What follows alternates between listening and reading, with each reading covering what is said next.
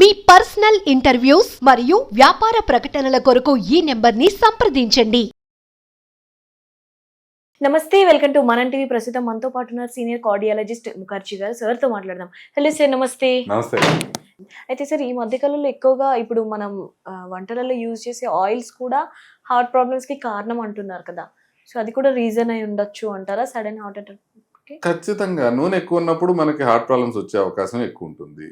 కాకపోతే ఒక పెద్ద కన్ఫ్యూజన్ అయితే క్రియేట్ చేసి పడేశారు అందరూ, అంటే నాతో సహా యూట్యూబ్ లో మాట్లాడే వాళ్ళు అందరూ కలిసి క్రియేట్ చేసిన ప్రాబ్లం ఇది. ఏ నూనె మంచిది అంటే పలానా సుబ్బారావుకి నూనె మంచిది అంటాడు, పలానా దుర్గారావు మంచిది అంటాడు, పలానా ముఖర్జీ ఇంకోటి మంచిది అంటాడు. ఇది కాదు, మనకు తెలుసుకోవాల్సింది ఏంటంటే ఆయిల్ ఏదైనా సరే నెలకి మనిషికి 1/2 kg దాటకుండా తీసుకున్నట్లయితే ప్రాబ్లం. ఇప్పుడు 4 ఉన్నారు ఇంట్లో, 2 kg నూనె వాడుకోండి, ప్రాబ్లం లేదు.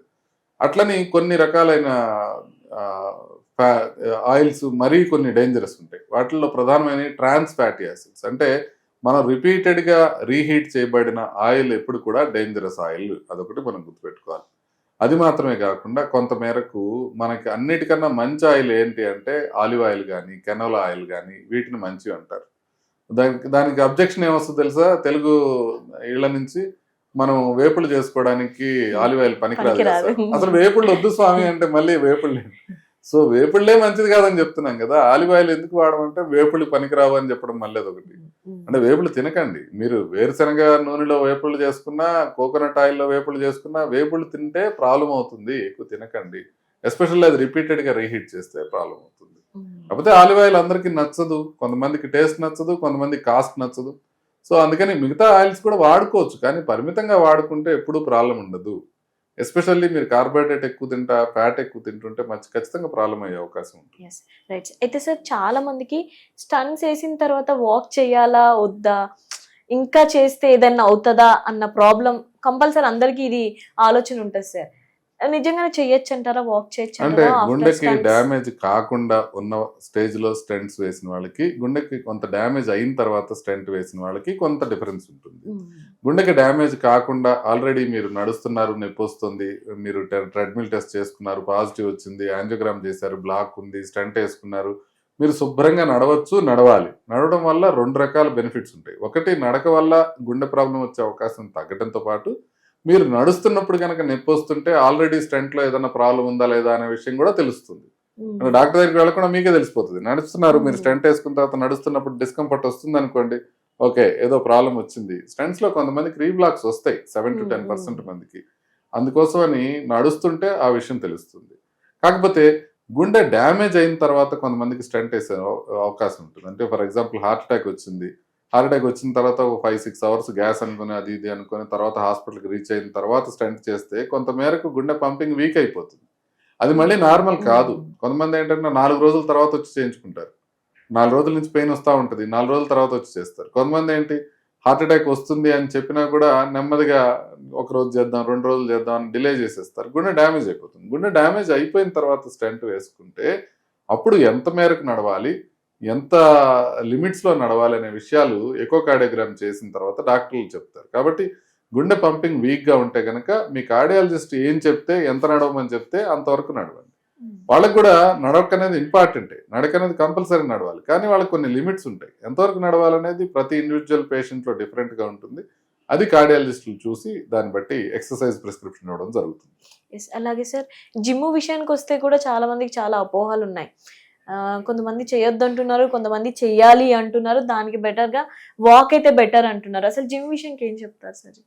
అంటే ఇప్పుడు ఏరోప్లేన్ లో వెళ్తున్నాం, అక్కడక్కడ కూలిపోయినాయని ఏరోప్లేన్ లో వెళ్లకుండా ఉంటే మంచిదని. అంటే మీరు నడుస్తాను ఇక్కడ నుంచి చెన్నై దాకా లేకపోతే ఢిల్లీ దాకా అంటే కుదిరేది పని కాదు. జిమ్ అనేది అవసరం. ఎందుకంటే జిమ్ చేయటం వల్ల గుండె జబ్బులు తగ్గుతాయి. కానీ కొంతమంది జిమ్ చేస్తున్నప్పుడు కూడా చనిపోవడం మనం చూస్తున్నాం. జిమ్ చేయటం వల్ల కాదు, జిమ్ చేస్తున్నప్పుడు కూడా చనిపోతున్నారు. అంటే మీరు జిమ్ లో సీసీ కెమెరా ఉంది కాబట్టి జిమ్ లో చనిపోయిన వాళ్ళ సంగతి తెలుస్తుంది, కానీ బాత్రూమ్ లో ఎంతమంది చనిపోతారో మీకు తెలియదు, ఇంకా ఎక్కువ మంది చనిపోతారు. అందుకని బాత్రూంలోకి వెళ్ళకపోతే పని జరగదు కదా. జిమ్ కి మనం ఖచ్చితంగా వెళ్ళి చేసుకోవాలి, కానీ ఒక్కసారి కనుక కొన్ని జాగ్రత్తలు తీసుకొని చేసుకుంటే ప్రాబ్లం ఏమీ లేదు. అంటే పక్కనున్న సుబ్బారావు గారు 70 kg ఎత్తుతున్నారని మీరు కూడా ఫస్ట్ రోజే 70 kg ఎత్తడానికి ప్రయత్నం చేస్తే ప్రాబ్లం అవుతుంది. నెమ్మదిగా పెంచుకోవాలి వెయిట్స్ చేయటం అనేది.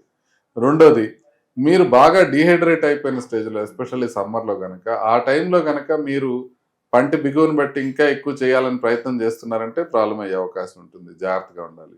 మూడోది, కొంచెం మీరు బరువులు ఎత్తున్నప్పుడు కళ్ళు తిరుగుతుంటే మాత్రం గుండె జబ్బు ఒక్కసారి ఏమన్నా ఉందా లేదా పరీక్షలు చేసుకొని తర్వాత చేసుకోవాల్సి ఉంటుంది. నాలుగోది, కొన్నిసార్లు మనకు వైరల్ ఫీవర్ వచ్చి తగ్గిన ఫేజ్లో కొన్నిసార్లు సబ్ క్లినికల్గా మనకు తెలియకుండానే గుండె కొంత ఎఫెక్ట్ అయ్యే అవకాశం ఉంటుంది. ఆ ఫేజ్లో మనం వైరల్ ఫీవర్కి ముందు ఎంత చేసేవాళ్ళమో అంతే లెవెల్లో ఎక్సర్సైజ్ చేస్తే ప్రాబ్లం అవుతుంది. అది కూడా చేయకూడదు. కాబట్టి మనం స్లోగా స్టెప్ బై స్టెప్ పెంచుకుంటా పోతే మనకి ఏమన్నా ప్రాబ్లం అయ్యే అవకాశం తక్కువ. కాబట్టి జిమ్ చేయటం వల్ల హార్ట్ అటాక్స్ ఓవరాల్గా తగ్గే అవకాశం ఉంటుంది. కాకపోతే ఆ జిమ్ చేయటం అనేది సేఫ్గా ఎలా చేయాలనేది కొంత ఇన్ఫర్మేషన్. అంటే హెవీ వెయిట్స్ ఏం కాదు అంటారా? స్లోగా చేస్తే ఏం కాదు. ఇప్పుడు మీరు స్లోగా గ్రాడ్యువల్ గా పెంచుకుంటూ పోతున్నారు. ఇప్పుడు ఇవాళ నేను ఒక 20 కేజీలు లిఫ్ట్ చేశాను, రేపు 40 కేజీలు లిఫ్ట్ చేశాను, ప్రాబ్లం కాదు. ఒక 10 రోజులు నేను 20 కేజీలే లిఫ్ట్ చేశాను, తర్వాత నుంచి 22.5 కేజీలు లిఫ్ట్ చేస్తున్నాను, తర్వాత ఇంకొక 3 వీక్స్ పోయిన తర్వాత 24 కేజీలు లిఫ్ట్ చేస్తున్నాను. అట్లా స్లోగా పెంచుకుని నేను 40 కేజీస్కి వస్తే నేను 100 కేజీస్ కూడా లిఫ్ట్ చేయొచ్చు. స్లోగా చేసుకోవాలి, అది గ్రాడ్యువల్ గా చేయాలి. అంతేగాని జిమ్ లో ఎట్లా ఉంటదంటే కొంత పోటీ ఉంటుంది, కొంత పోటీ ఉంటుంది. ఎదుగో వాడు లిఫ్ట్ చేస్తున్నాడు మనం కూడా లిఫ్ట్ చేయాలి అనే ఇది ఉంటుంది. ఆ కాంపిటీషన్ ఉంటుంది. మన బాడీకి మనకే కాంపిటీషన్. మనం నిన్న ఎంత చేసామన్న దాన్ని మెరుగు చేసుకోవడానికి మనం చూడాలి. అంతేగాని పక్కన వాళ్ళతో కాంపిటీషన్ పెట్టుకోవాలి. ప్రోటీన్ పౌడర్స్ వల్ల కూడా ఏదైనా ఎఫెక్ట్ అయ్యే ఛాన్స్ ఉంటది అంటారా? అంటే ప్రోటీన్ పౌడర్స్ ఒక పెద్ద సబ్జెక్ట్ సపరేట్ గా. ఎందుకు అని అంటే ప్రోటీన్ పౌడర్స్ లో చాలా రకాలు ఉన్నాయి. దాంట్లో నాణ్యత విషయంలో చాలా ప్రాబ్లమ్స్ ఉన్నాయి. ప్రోటీన్ ప్రాజెక్ట్ అని ఒక స్టడీ నిర్వహించారు. లివర్ డాక్ అని ఒక ఆయన ఉంటాడు ట్విట్టర్లో, అబి ఫిలిప్స్ అని, కేరళలో ఉంటాడు ఆయన. ప్రోటీన్ ప్రాజెక్ట్ అని చెప్పి ఇండియాలో దొరికే ప్రోటీన్స్ అన్ని తీసుకొని వాటిని అన్నింటినీ పరిశోధన చేశాడు. ఆయన డబ్బులు పెట్టుకొని ఒక ల్యాబ్కు సబ్మిట్ చేసి దీంట్లో ఎంత ప్రోటీన్ ఉంది, వాళ్ళు చెప్పినంత ప్రోటీన్ ఉందా లేదా, దీంట్లో ఏమైనా మలినాలు ఉన్నాయా, అన్ని స్టడీ చేసి పబ్లిష్ చేశాడు ఆయన. సో దాన్ని బట్టి చూస్తే మనకి ఇండియాలో దొరికే ప్రోటీన్ పౌడర్స్లో సగం వరకు అన్ని కల్తీ ప్రోటీన్ పౌడర్సే ఉంటున్నాయి. వాటి వలన ప్రాబ్లం ఉంది. ఇప్పుడు ఏంటంటే ప్రోటీన్ తినేది ఎందుకు తింటున్నారు? ప్రోటీన్ తిన్నప్పుడు మనకి మజిల్ పెరుగుతుందని తింటున్నారు. మజిల్ పెరుగుతుందా? మనం కేవలం ప్రోటీన్ తినటం వల్ల మాత్రమే పెరగదు. ప్రోటీన్ తినడంతో పాటు మనం జాగ్రత్తగా ఎక్సర్సైజ్ కూడా చేసుకుని అంటే పెరుగుతుంది. కానీ ఇంకేదైనా ఈజీ పదార్థం ఉందా? ఈజీ పదార్థం ఏంటంటే కొంచెం స్టెరాయిడ్ ఉంటుంది. ఆ బిళ్ళలు కొంచెం దాంట్లో కలిపేసాం అనుకోండి, ఆ ప్రోటీన్ పౌడర్ తీసుకున్నప్పుడు సడన్ గా బాడీ పెరుగుతూ ఉంటుంది. కాబట్టి అదే ప్రోటీన్ పౌడర్ వీళ్ళు తీసుకునే అవకాశం ఉంటుంది. అందుకని కల్తీ ఉన్న ప్రోటీన్ పౌడర్స్ తీసుకున్నప్పుడు దాంతో సైడ్ ఎఫెక్ట్స్ ఉండే అవకాశం ఉంటుంది. దాంట్లో జాగ్రత్తగా ఉండాలి. సో అందుకని స్టాండర్డ్ ప్రోటీన్ పౌడర్స్ జాగ్రత్తగా చూసి తెచ్చుకుంటే ప్రాబ్లం ఉండే అవకాశం తక్కువ. బట్ అప్పుడు కూడా ప్రోటీన్ ఏంటంటే ప్రోటీన్ మనకి ఎక్స్క్రీట్ అయ్యేది యూరిన్ లోంచి వెళ్ళిపోతుంది. యూరిన్ లోంచి వెళ్ళిపోతుంది కాబట్టి యూరిన్లో కిడ్నీలో ట్యూబ్యూల్స్ ఉంటాయి. ఆ ట్యూబ్యూల్స్ కొంత మేరకు డ్యామేజ్ అయ్యే అవకాశం ఉంటుంది ఎక్కువ ప్రోటీన్ ఒక్కసారి ఇచ్చినప్పుడు. అందుకని ఏం చేయాలంటే వాటర్ ఎక్కువ తాగాలి ప్రోటీన్ తీసుకుంటున్నప్పుడు. ఎక్సర్సైజ్ చేయకుండా ప్రోటీన్ తాగకూడదు, ఎక్సర్సైజ్ చేస్తేనే ప్రోటీన్ తాగొచ్చు.